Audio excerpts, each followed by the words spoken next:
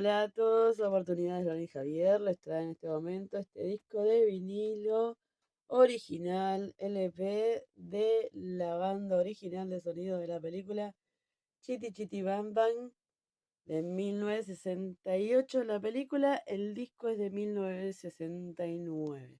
Original es la caja tipo libro con imágenes, con los temas que trae. Del otro lado, también imágenes de la película. Es una producción de EMI Unit Artist Record. Ahí como ven, 1969. Les voy a mostrar el disco por dentro para que lo vean bien. El estado en que se encuentra y que es original.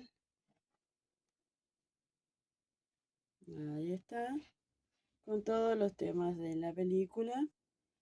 Y bueno, ya saben, si les interesa, se pueden comunicar al WhatsApp 11 26 56 00 11.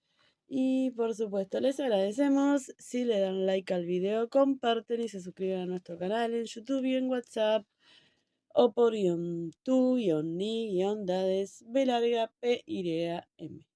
El único detalle es acá, un poquito en la tapa, que está rajadito ahí. Y después, bueno, así las puntitas un poquito que se ve el desgaste, pero nada del otro mundo. Pero por las dudas se los muestro para que vean todos los detalles. Espero les guste. Gracias.